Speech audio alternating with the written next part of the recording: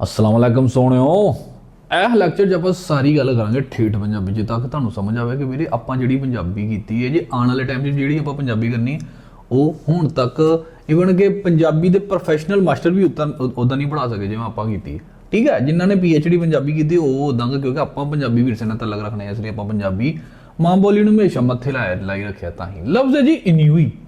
ਇਨਿਊਈ ਦਾ ਮਤਲਬ ਹੁੰਦਾ ਹੈ ਵੀ ਕਿਸੇ ਵੀ ਕਿਸਮ ਦੀ ਨਾ ਉਦਾਸੀ, ਸੁਸਤੀ, ਥਕਣ, ਆਲਗਸੀ ਜਿਹੜੀ ਚੜ ਜਾਂਦੀ ਨਾ ਬੰਦੇ ਨੂੰ, ਉਹਨੂੰ ਕਹਿੰਦੇ ਨੇ ਇਨੋਈ। ਮਤਲਬ ਇਹ ਆ ਵੀ ਇਹ ਨਾ ਸਪੈਸੀਫਿਕ ਇੱਕ ਟਰਮੀਨੋਲੋਜੀ ਏ। ਇਹਦਾ ਮਤਲਬ ਹੈਗਾ ਕਿ ਬਾਜ਼ ਗਾਤ ਨਾ ਮੌਸਮੀ ਅਸਰਾਤ ਦੇ ਪਾਰੋਂ ਜਿਹੜੀ ਕਿਸੇ ਬੰਦੇ ਨੂੰ ਬੇਸ਼ੁਗਲੀ ਤੇ ਮਾਹੌਲ ਤੋਂ ਅਦਮ ਦਿਲਚਸਪੀ ਦੇ ਬਾਅਦ ਨਾ ਹੋਣੇ ਵਾਲੀ ਬੇਜ਼ਾਰੀ ਹੁੰਦੀ ਨਾ ਬੰਦੇ ਨੂੰ। ਸਮ ਟਾਈਮ ਕੀ ਹੁੰਦਾ ਹੈ ਕਿ ਪੜਾ ਨਹੀਂ ਯਾਰ, ਇਦਾਂ ਦਾ ਮੌਸਮ ਹੁੰਦਾ ਹੈ ਕਿ ਬੰਦੇ ਦਾ ਕੁਝ ਕਰਨ ਨੂੰ ਦਿਲ ਨਹੀਂ ਕਰਦਾ, ਤਾਂ ਉਸ ਫੀਲਿੰਗ ਨੂੰ ਇਨਿਊਈ ਕਹਿੰਦੇ। ਥੋੜਾ ਔਖਾ ਜਾਰਗਨ ਸੀ ਤਾਂ ਹੀ ਆਪਾਂ ਇਹਨੂੰ ਸਮਝਣ ਥੋੜਾ ਟਾਈਮ ਲੱਗਾ। The whole country seems to be affected by the ennui of winter। ਪੂਰਾ ਮੁਲਕ ਇੰਜ ਲੱਗਦਾ ਹੈ ਜਿਵੇਂ ਉਹਨੂੰ ਅਸਰ ਹੋ ਗਿਆ ਵਿੰਟਰ ਦੀ ਆਲਕਸੀ ਦਾ ਅਸਰ ਹੋ ਗਿਆ, ਠੰਡ ਦੀ ਆਲਕਸੀ ਦਾ ਅਸਰ ਹੋ ਗਿਆ। ਲਫ਼ਜ਼ ਹੈ ਜੀ ਇਨਗ੍ਰੋਸਿੰਗ। ਇਨਗ੍ਰੋਸਿੰਗ ਆਂਦੇ ਨੇ ਵੀ ਕਿਸੇ ਸ਼ੈ ਦੇ ਵਿੱਚ ਨਾ ਗੁੰਮ ਹੋ ਜਾਣਾ, ਜਜ਼ਬ ਹੋ ਜਾਣਾ।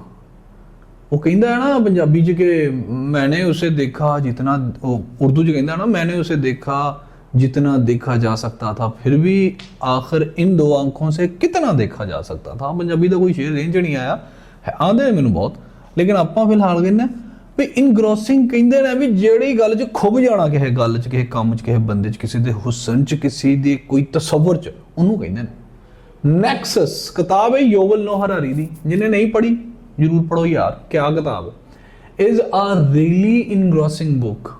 ਨੈਕਸਸ ਇੱਕ ਬਹੁਤ ਹੀ ਵਧੀਆ ਕਿਤਾਬ ਹੈ, ਉਹਦੇ 'ਚ ਬੰਦਾ ਇਨਗ੍ਰੋਸ ਹੋ ਜਾਂਦਾ, ਉਹਦੇ ਬੰਦਾ ਡੁੱਬ ਜਾਂਦਾ, ਜਜ਼ਬ ਹੋ ਜਾਂਦਾ। ਯਾਰ ਯੋਵਲ ਨੋਹ ਹਰਾਰੀ ਨੂੰ ਜ਼ਰੂਰ ਪੜ੍ਹਨਾ ਵੀਰੇ, ਉਹਦੀਆਂ ਸਾਰੀਆਂ ਲਿਖਤਾਂ ਹੀ ਬਹੁਤ ਹੀ ਇਨਗ੍ਰੋਸਿਵ ਨੇ, ਇਨਗ੍ਰੋਸਿੰਗ ਨੇ। ਲਫ਼ਜ਼ ਹੈ ਜੀ ਇਨਿਗਮਾ। ਇਨਿਗਮਾ ਕਹਿੰਦੇ ਨੇ ਪਹੇਲੀ ਨੂੰ, ਮਾਮੇ ਨੂੰ, ਪਚੀਦਗੀ ਨੂੰ। ਕੋਈ ਐਸਾ ਮਾਮਲਾ ਜਿਹੜਾ ਪਚੀਦਾ ਹੋਵੇ ਤੇ ਸੁਲਝਾਇਆ ਨਾ ਜਾ ਸਕਦਾ ਹੋਵੇ, ਕਿਸੇ ਵੀ ਐਸੇ ਮਾਮਲੇ ਨੂੰ ਕਿ ਜਿਹੜਾ ਸਮਝ 'ਚ ਨਾ ਆ ਰਿਹਾ, ਸਮਝੋ ਬਾਹਰ। She is a bit of enigma. ਸਮਝ ਨਹੀਂ ਆਉਂਦੀ, ਉਹ ਪਹੇਲੀ ਹੈ ਯਾਰ, ਪਲ 'ਚ ਤੋਲਾ ਪਲ 'ਚ ਮਾਸਾ ਹੋ ਜਾਂਦੀ, ਕੋਈ ਸਮਝ ਨਹੀਂ ਆਉਂਦੀ ਉਹਦੀ। ਠੀਕ ਹੈ। ਇਨਿਗਮੈਟਿਕ। ਇਨਿਗਮੈਟਿਕ ਕਹਿੰਦੇ ਨੇ ਪੇਚੀਦੇ ਨੂੰ, ਮਤਲਬ ਇਨਿਗਮਾ ਤੋਂ ਨਿਕਲਿਆ ਨਾ ਗੂੜਾ ਜਿਹੜਾ ਹੋਵੇ ਨਾ ਬਹੁਤਾ ਸਾਰਾ, ਪਿੱਥੀ ਵੀ ਉਹਨੂੰ ਕਹਿੰਦੇ। ਠੀਕ ਹੈ ਦੋਸਤੋ, ਜੇ ਤੁਹਾਨੂੰ ਮੈਂ ਦੱਸਾਂਗੇ ਸਾਡੀ ਪੰਜਾਬੀ ਦੀ ਸੀਰੀਜ਼ ਦੇ ਵਿੱਚ ਅਸੀਂ ਨਾ ਸਿਰਫ ਅਖਾਣ, ਪੰਜਾਬੀ ਅਖਾਣ ਕੀਤੇ ਨੇ, ਹੁਣ ਤੱਕ ਕਿਸੇ ਨੇ ਫ੍ਰੀ ਆਫ ਕਾਸਟ ਕਰਾਇਆ। CSS PMS ਦਾ ਪੂਰਾ ਪੰਜਾਬੀ ਦਾ ਸਿਲੇਬਸ ਕਰਾਇਆ। ਇਸ ਤੋਂ ਇਲਾਵਾ ਦੋਸਤੋ ਅਸੀਂ ਪੰਜਾਬੀ ਆਉਣ ਵਾਲੇ ਟਾਈਮ ਦੇ ਵਿੱਚ ਲੈਕਚਰਡ ਪੰਜਾਬੀ ਵਾਸਤੇ 5000 MCQs ਕਰਾਂਗੇ। ਆ ਸਭ ਕੁਝ ਤੁਹਾਨੂੰ ਕਿਤੋਂ ਅਕੈਡਮੀ ਤੋਂ ਵੀ ਨਹੀਂ ਲੱਭਣਾ। ਲਫ਼ਜ਼ ਹੈ ਜੀ ਇਨਰਵੇਟਿੰਗ। ਇਨਰਵੇਟਿੰਗ ਕਹਿੰਦੇ ਨੇ ਕਮਜ਼ੋਰ ਨੂੰ, ਬੇਹਿੰਮਤ ਨੂੰ, ਬੇਤਾਕਤ ਨੂੰ ਕਹਿੰਦੇ ਨੇ। ਜਿਹੜਾ ਮੇਰੇ ਵਰਗੂ ਬਿਲਕੁਲ ਢਿੱਲੂ ਜਿਹਾ ਹੁੰਦਾ ਨਾ, ਉਹਨੂੰ ਕਹਿੰਦੇ ਨੇ। I am in August Lahore often has hot, humid and enervating weather। ਅਗਸਤ ਦੇ ਵਿੱਚ ਤੁਹਾਨੂੰ ਪਤਾ ਕੀ ਮਾਮਲਾ ਹੁੰਦਾ ਨਾ, ਅਗਸਤ 'ਚ ਨਾ ਘੁੱਟ ਲੱਗਦੇ। ਠੀਕ ਹੈ, ਤੇ ਉਹਦੇ 'ਚ ਬੰਦਾ ਬੈਠਾ ਵੀ ਪਰੇਸ਼ਾਨ ਹੁੰਦਾ, ਬੰਦਾ ਬੈਠਾ ਵੀ ਨਹੀਂ। ਉਹ ਇਨਰਵੇਟਿੰਗ, ਕਮਜ਼ੋਰ ਕਰਨ ਵਾਲਾ ਵੈਦਰ ਹੁੰਦਾ। ਜਿਹੜੇ ਦੋਸਤ ਤੁਹਾਡੇ 'ਚੋਂ ਆਪਣੀ ਸਿਹਤ ਨੂੰ ਹਲਕਾਣ ਕਰਨਾ ਚਾਹੁੰਦੇ ਨੇ, ਸਿਹਤ ਨੂੰ ਮੱਠਾ ਕਰਨਾ ਚਾਹੁੰਦੇ ਨੇ, ਠੰਡਾ ਕਰਨਾ ਚਾਹੁੰਦੇ ਨੇ, ਸਿਹਤ ਵਜਨ ਘਟਾਉਣਾ ਚਾਹੁੰਦੇ ਨੇ, August is a very enervating sort of month, ਤਾਂ ਕਿ ਤੁਹਾਡਾ ਵਜ਼ਨ ਘਟ ਜਾਵੇ। ਲਫ਼ਜ਼ ਹੈ ਜੀ ਇਨੋਰਮਿਟੀ। ਇਨੋਰਮਿਟੀ ਕਹਿੰਦੇ ਨੇ ਖਰਾਬੀ ਨੂੰ, ਅਦਮ ਇਤਦਾਲ ਨੂੰ, ਸਖਤ ਗੁਨਾਹ ਨੂੰ। ਮਤਲਬ ਹੈ ਜਿਹਦੇ 'ਚ ਇਤਦਾਲ ਹੀ ਨਾ ਹੋਵੇ, ਜਿਹਦੇ 'ਚ ਕੋਈ ਇਤਦਾਲ ਨਾ ਹੋਵੇਗਾ, ਤਵਾਜ਼ਨ ਨਹੀਂ ਹੋਵੇਗਾ, ਇਨੋਰਮਿਟੀ ਖਰਾਬੀ ਹੋਵੇਗੀ ਨਾ। The painting depicts the enormity of war। ਜਿਹੜੀ ਉਹ ਪੇਂਟਿੰਗ ਸੀ ਉਹ ਡਿਪੈਕਟ ਕਰਦੀ ਹੈ, ਤਸਵੀਰਕਸ਼ੀ ਕਰਦੀ ਹੈ, ਨਕਸ਼ਾ ਖਿੱਚਦੀ ਹੈ ਖਰਾਬੀ ਨੂੰ, ਜੰਗ ਦੀ ਖਰਾਬੀ ਨੂੰ, ਜੰਗ ਦੇ ਐਬਾਂ ਨੂੰ, ਜੰਗ ਦੇ ਗੁਨਾਹਾਂ ਨੂੰ ਬਹੁਤ ਸੋਹਣਾ ਤਸਵੀਰਕਸ਼ੀ ਕਰਦੀ ਹੈ। ਅਗਲਾ ਲਫ਼ਜ਼ ਹੈ ਜੀ ਇੰਟਰੈਪਚਰਡ। ਇੰਟਰੈਪਚਰਡ ਕਹਿੰਦੇ ਨੇ ਵੀ ਬਹੁਤ ਜ਼ਿਆਦਾ ਖੁਸ਼ੀ ਨੂੰ। ਠੀਕ ਹੈ, ਇੰਟੈਂਸ ਡਿਲਾਈਟ ਨੂੰ ਕਹਿੰਦੇ ਨੇ, ਬਹੁਤ ਖੁਸ਼ੀ ਨੂੰ ਕਹਿੰਦੇ ਨੇ ਇੰਟਰੈਪਚਰਡ। We were enraptured by the view of mountains। ਯਾਰ ਬਹੁਤ ਜ਼ਿਆਦਾ ਖੁਸ਼ੀ ਮਿਲੀ, ਬਹੁਤ ਸਕੂਨ ਮਿਲਿਆ, ਬਹੁਤ ਵਧੀਆ ਲੱਗਿਆ ਮੈਨੂੰ ਮਾਊਂਟੇਨਸ ਦੇ ਵਿਊ ਨੂੰ ਵੇਖ ਕੇ। ਲਫ਼ਜ਼ ਹੈ ਜੀ ਇੰਟਾਉਰੇਜ।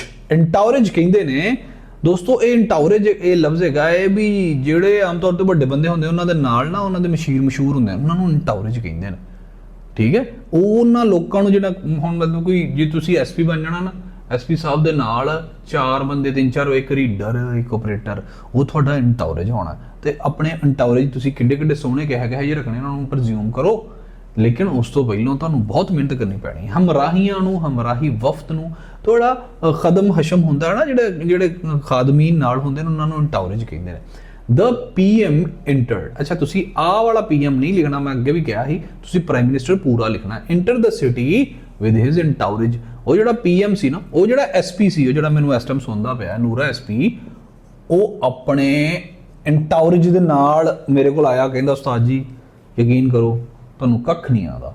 ਅਗਲਾ ਲਫ਼ਜ਼ ਹੈ ਜੀ ਇੰਟਰਪ੍ਰੈਨਿਓਰ। ਇੰਟਰਪ੍ਰੈਨਿਓਰ ਕਹਿੰਦੇ ਨੇ ਮੁਹਿੰਮਕਾਰ ਨੂੰ, ਕਾਰੋਬਾਰੀ ਤਨਜ਼ੀਮਕਾਰ ਬੰਦੇ ਨੂੰ, ਜਿਹੜਾ ਬੰਦਾ ਐਸੇ ਹਾਲਾਤ ਦੇ ਵਿੱਚ ਕੰਮ ਕਰੇ, ਛੋਟੇ ਕਾਰੋਬਾਰ ਨੂੰ ਕਰਨ ਨੂੰ ਕਹਿੰਦੇ ਨੇ, ਜਿਹੜਾ ਐਸੇ ਹਾਲਾਤ 'ਚ ਬੰਦਾ ਕੰਮ ਕਰੇ ਜਿਹਦੇ 'ਚ ਰਿਸਕ ਡੁੱਬਣ ਦੇ ਬਹੁਤੇ ਹੋਣ, ਉਹਨੂੰ ਕਹਿੰਦੇ ਨੇ ਇੰਟਰਪ੍ਰੈਨਿਓਰ। ਮੇਰਾ ਇੱਕ ਦੋਸਤ ਹੈ ਜੀ Rao Qadir, he can be a successful entrepreneur because he is a very smart ਬੰਦਾ ਹੈ, ਉਹ ਬਹੁਤ ਸਮਾਰਟ ਮੁੰਡਾ ਹੈ। ਰਾਓ ਅਬਦੁਲ ਕਦੀਰ ਪਰਵੇਜ਼ ਟਾਊਨਸ਼ਿਪ ਵਾਲਾ, ਮਾਸ਼ਾਅੱਲਾ ਮੇਰੀ ਬਹੁਤ ਵੱਡੀ ਇਨਸਪੀਰੇਸ਼ਨ ਹੈ ਮੁੰਡਾ। ਇੰਟਰੈਂਚ ਕਹਿੰਦੇ ਨੇ ਵੀ ਮੋਰਚਾ ਕੱਢਣਾ, ਕੋਈ ਖੰਦਕ ਕੱਢਣਾ, ਕਿਸੇ ਸ਼ੈ ਦੇ ਵਿੱਚ ਸਮਾ ਜਾਣਾ, ਇਹਨੂੰ ਕਹਿੰਦੇ ਨੇ। The idea of competent governance has entrenched in my mind, ਮੇਰਾ ਖਿਆਲ ਹੈ ਸਰਕਾਰ ਹਮੇਸ਼ਾ ਕੰਪੀਟੈਂਟ ਹੋਣੀ ਚਾਹੀਦੀ, ਨਾ ਕਿ ਤਾਕਤਵਰ, ਬਲਕਿ ਪਾਕਿਸਤਾਨ ਦੇ ਵਿੱਚ ਤਾਕਤਵਰ ਹੈ ਨਾ ਕਿ ਕੰਪੀਟੈਂਟ।